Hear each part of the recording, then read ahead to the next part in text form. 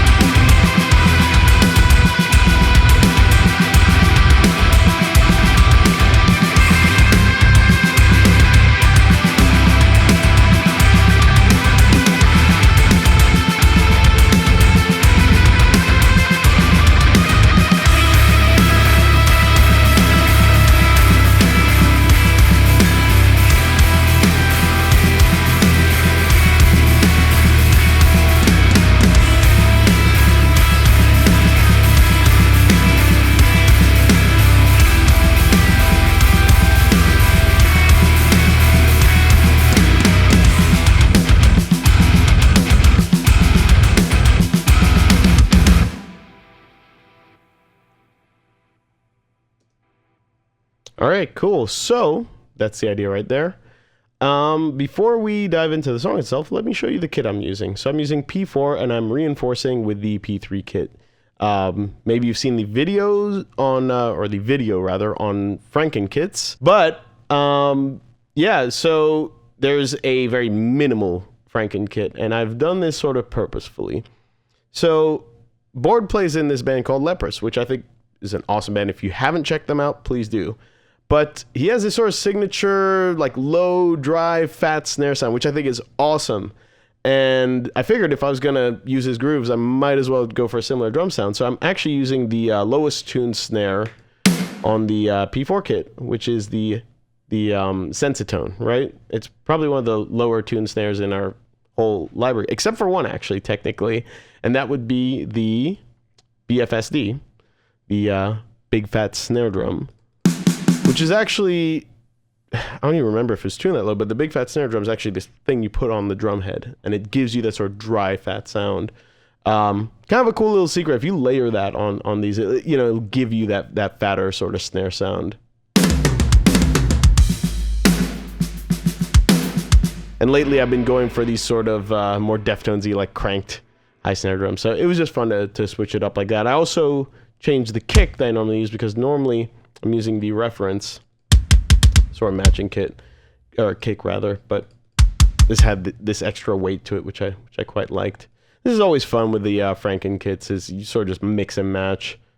Think I might have swapped. No, that's still a P3. But yeah, you know, you can always sort of layer and see how you get closer to that sound that you hear in your head, and that is kind of what I started messing around with.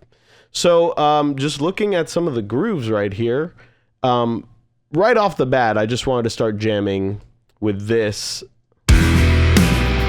We can look at the intro fill later, but I literally just took that from another groove, just a section of one of the grooves. That's kind of a cool little trick. I've also seen some people asking, like, how does the mapping and whatever work? When I'm doing anything with the MIDI packs, I don't use my mapping. It's weird and complicated.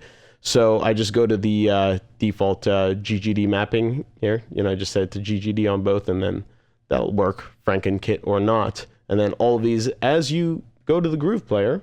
So if we were to just look, we are song 08 groove 1 right here. Then you just drag it from there, and that will be mapped correctly for whatever setting you chose in the sampler. So very easy. So make sure that it is consistent. So that's the groove right there.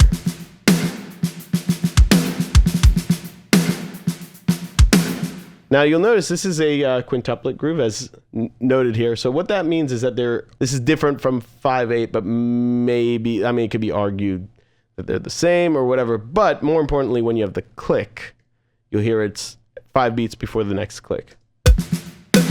1, 2, 3, 4, 5, 1, 2, 3, 4, 5, right?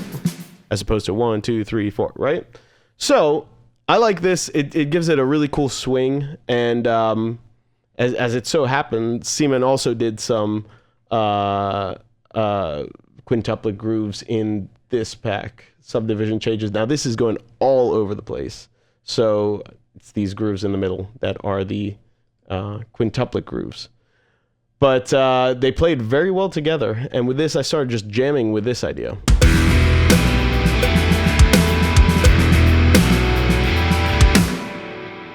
So if we want to look at these riffs,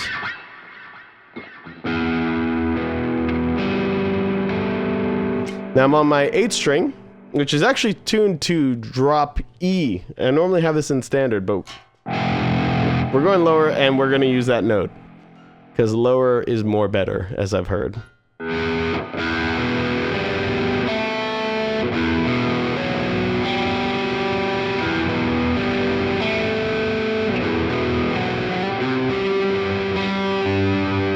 So that's it. We'll use this intro fill and jam along.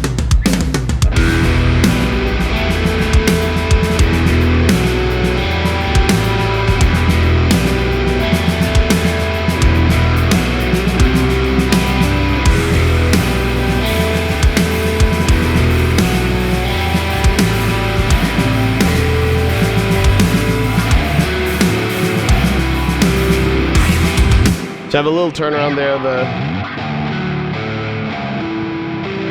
We're getting into that 8th string range. And I apologize for the little mistakes, just sort of jamming along here. But that is double tracked on these tracks here. And I'll tell you, it's a bit challenging to track to quintuplets. It's kind of, it's a good exercise if you want to kind of tighten up and challenge yourself a little bit. It doesn't come naturally. At least it didn't to me. So, if you're trying to push yourself, try writing some quintuplets.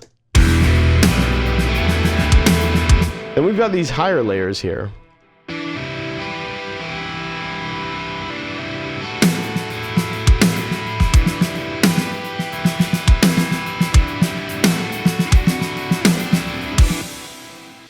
So we have like kind of an ambient, kind of rock, post-rock thing going.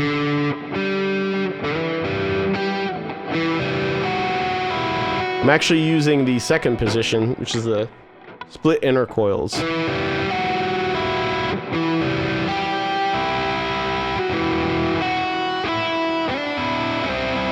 That's what it is. So if we start with the fill.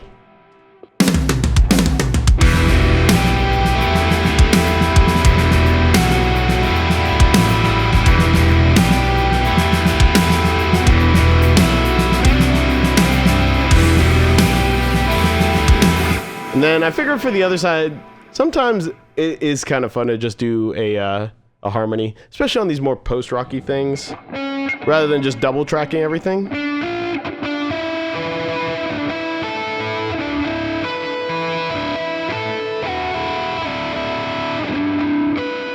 I believe that's what it is.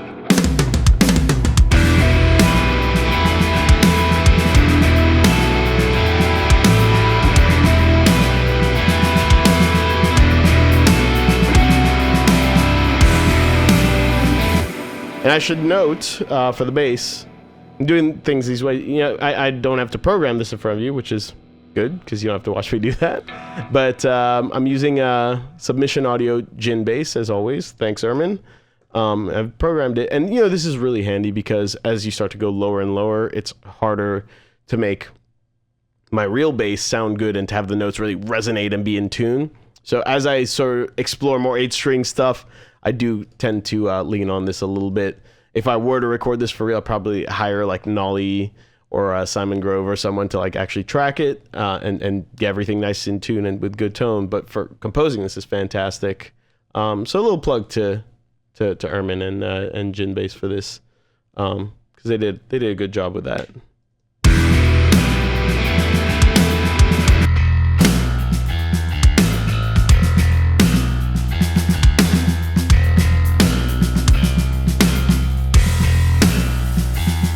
Now you'll notice things are not lining up absolutely perfectly.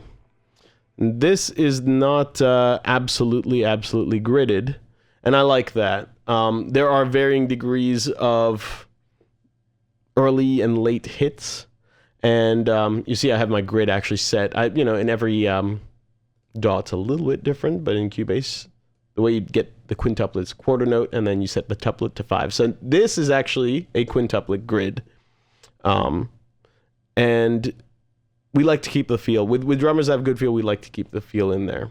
So this isn't perfect, and I do think it just gives it a bit more of that live quality. And of course, when you're programming, composing, anything that you can do to just inject a bit more of a live quality to it, I think benefits your song. Now what I did on the second half here, actually just taking the same groove, and I just moved the hi-hat hits. If we open both of these, you can see just moved these hi-hat hits to the open hats. So we have these softer hits here, or on the bottom. Those went to the more closed hi-hat, more open hi-hat. And all you have to do, like in Cubase, you could just drag these like that, you know? So we have everything there. I believe I also added crashes, and let's add one here as well to the very beginning of the phrase. This phrase does not normally have crashes at the beginning.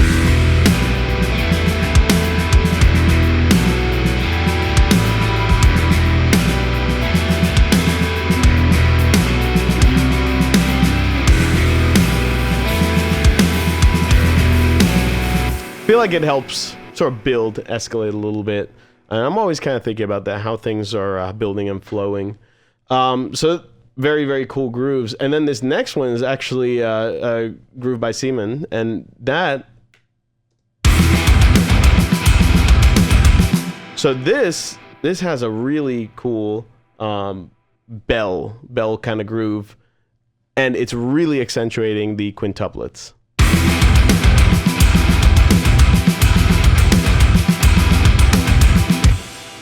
And actually, if you just hear the groove itself.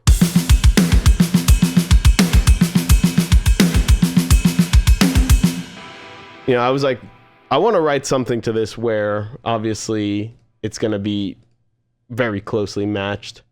But I think, I sort of went half as far as I wanted to, because it's obviously very easy to just, take a groove like this and just match it exactly with just low notes, right?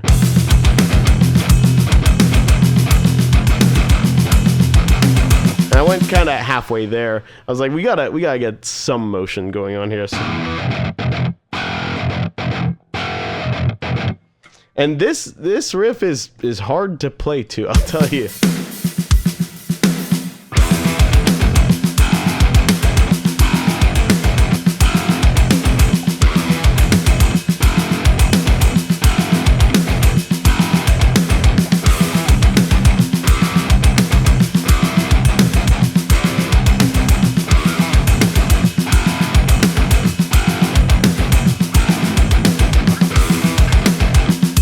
So if we're going to have a repetitive rhythm like that, I figure we might as well get some motion or some chords going out of it. So that's a pretty common thing. And then I was like, well, rather than sort of relying on that, let's get some more interesting notes. Again, don't know theory, don't know what notes those are, but you know, just hear it out. You don't need to know.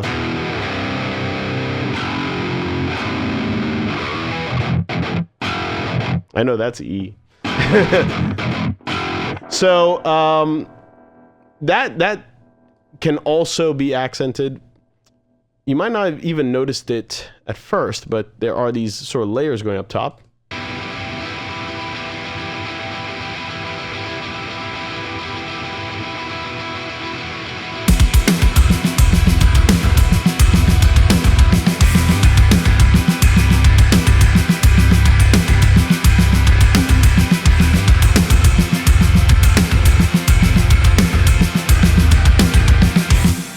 And what we've got here is on the second position, and we are using this, let's go back to this because we've got delay on it.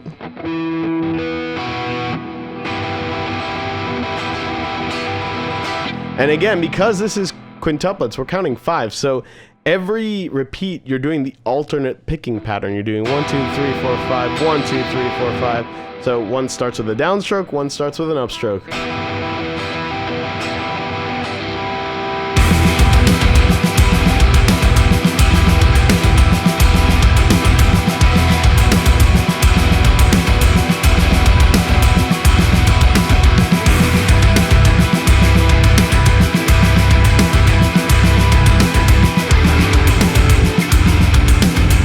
And what did I play there? I don't even remember. Let's have a listen.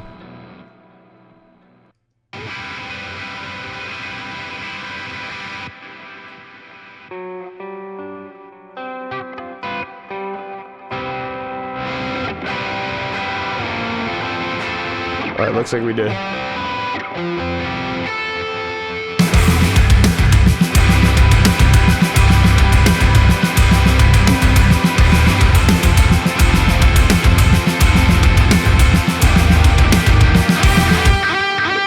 Again, sorry for that.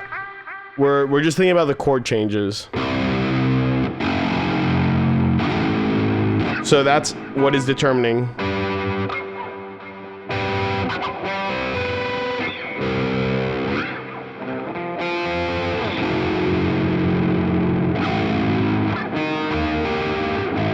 That's kind of an interesting chord.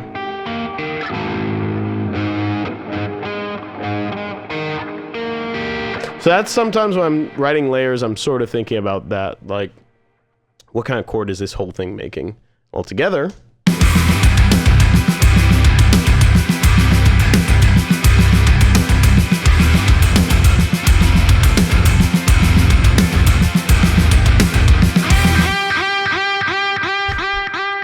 God damn it, we should just mute that for now. And then the first half is kind of interesting because it's the same. Sometimes you can milk, as I say, like you'll just have the same thing repeat, and you can make it sound sort of unique by just doing something a little different with the lead line. So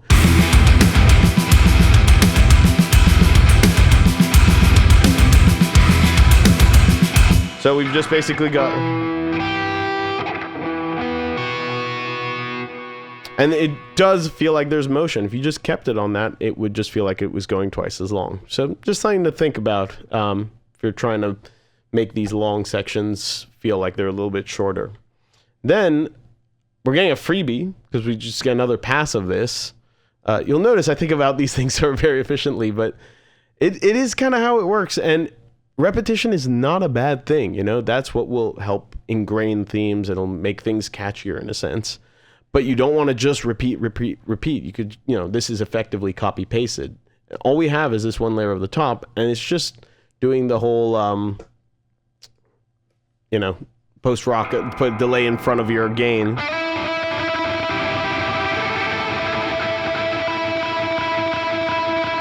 Just got H delay. The delay is very annoying when it's just on its own and won't shut up, but. That's kind of how I have it set, and it's just going into the gain, so the delay repeats are interacting with the gain, and it creates kind of a messy sound, but you put a little bit of delay and reverb after the fact, and it's this kind of wash. It's a trick I use a lot.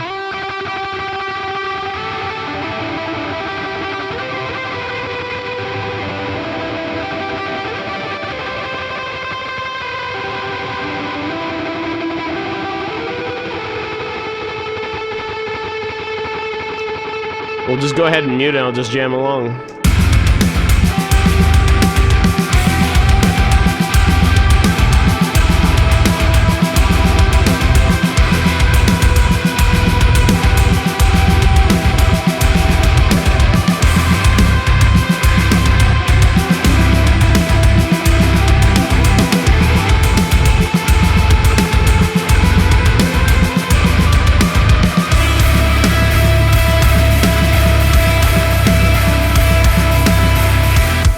Kind of rough there, but whatever. You kind of get the idea of what I was going for. And something that we should look at here. So this I just took.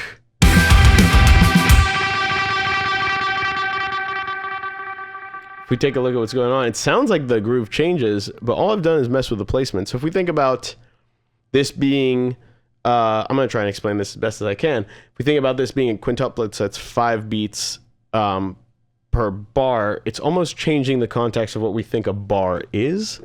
So I'm moving the snares. So it almost sounds like we've just got a backbeat going, like, dun, dun, dun, dun, dun, dun, dun, right?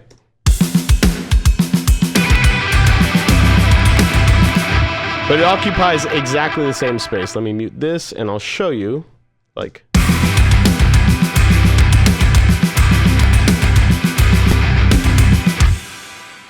And I apologize for the pops and clicks. This is pushing my system right now when I have the recording armed. But if we go back to the variation.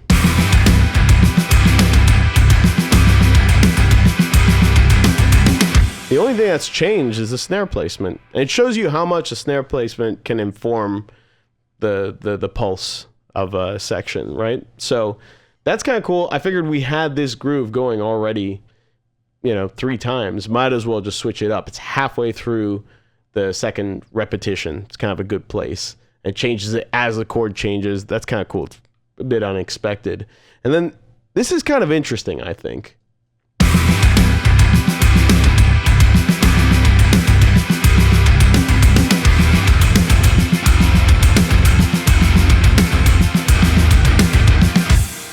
Technically, it reverts back to this original groove halfway through. Tell me in the comments which one you hear. But I still kind of hear that original, like, let's call it the 4 groove, the 4 snare placement groove. And it almost just sounds like it's just a very syncopated version. Really, this is just the same thing as this. Or actually, this.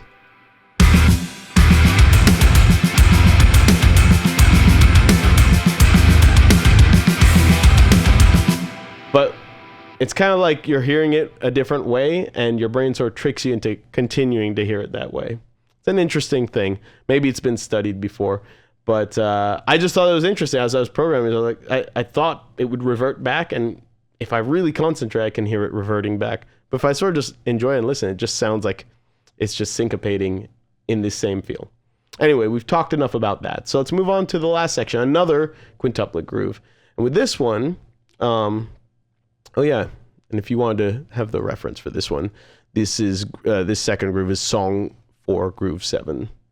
And then, again, let's open this up. So this is obviously, you go to Siemens Grooves, and you go to subdivision changes, so song 04, groove 7.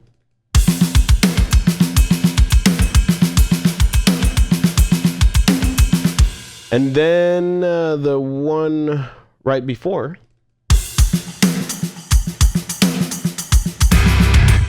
So that's groove 6, right? And it's on splashes, so all I did was move that.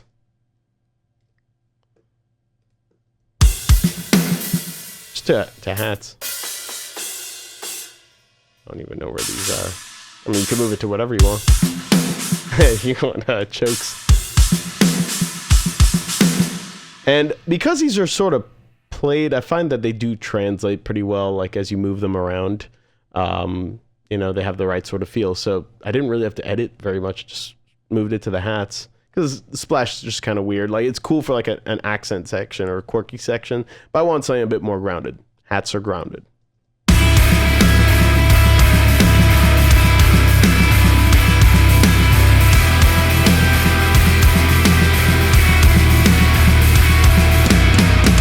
And I love that. This little ending fill is just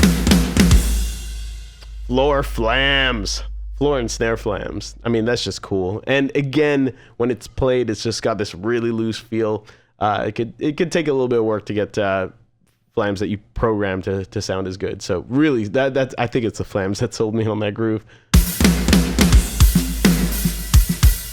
And with this, we could kind of flow. This is, again, quintuplets and just kind of flowing. So I figured we didn't need any sort of crazy interpretation of the rhythm here, you know? And it's more about the chords.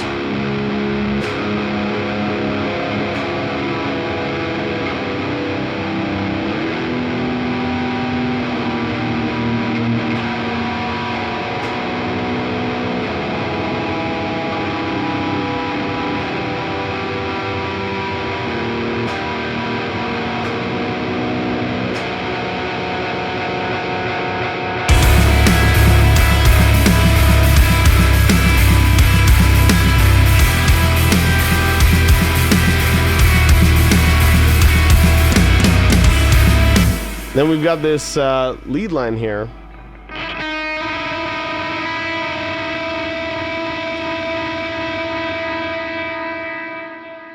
And I realized I forgot to turn off that delay. I apologize, that was probably really annoying, but I love these. I believe this is a minor second, right? I love these. This all over metal. It's abused by us and every other metal band ever. And I was thinking of like how to make it a little bit more creative. So it's this. And then we've got this open note, which I believe is an E as well, right? You can get this cool quintuplet motion and you get these double notes. And then you could just move the shape around.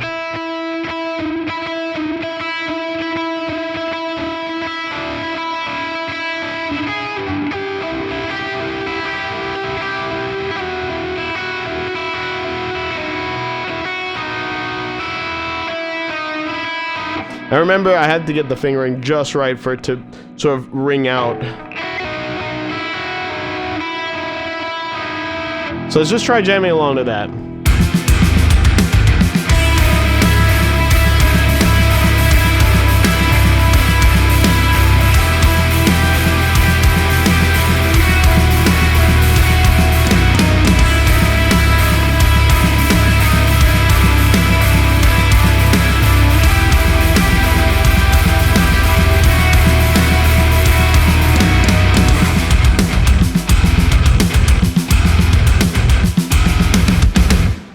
So yeah, and that just calls back to that first heavy groove section there. Just copied that over and then just changed the kicks to snares for this last part.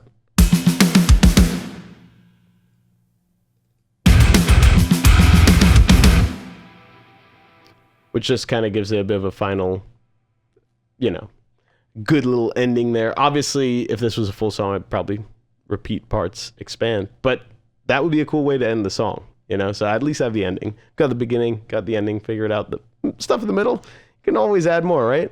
So that's a basic overview of these grooves. I think they're really cool. It was challenging, not for any other reason than I found out I'm not that good at playing to quintuplets. And again, you know, we've got like a bunch. There are more straightforward grooves in here, obviously, but I really like these weird subdivisions, like.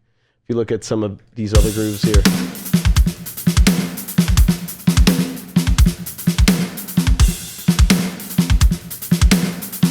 Just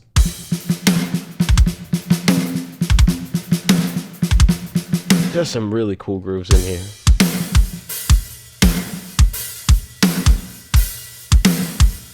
Here, let's hear it. I'm just curious. You know, I focus on so few grooves, and there's so many grooves in here, so.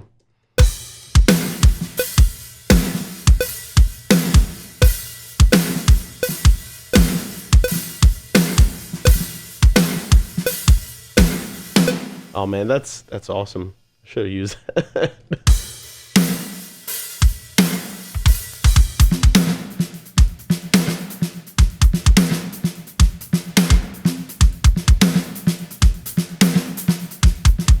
And there's also more straightforward stuff. So like look at some of Board's stuff here. Where is this?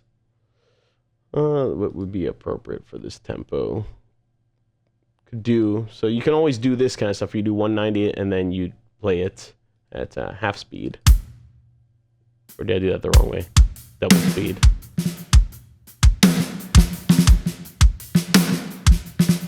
Ooh. I remember going through some of these grooves. I was just like, there's some dirty grooves. But I figured for prog, let's go kind of prog. And he's got this whole quintuplet section here as well. But other than that, I hope that you enjoyed this format of doing it. Let me know in the comments if you prefer it this way or if you prefer me recording it live for you. And please check out this pack because there are some phenomenal grooves. And I really hope that it sparks some creativity for you guys. Anyways, thanks so much for watching, and I'll catch you soon.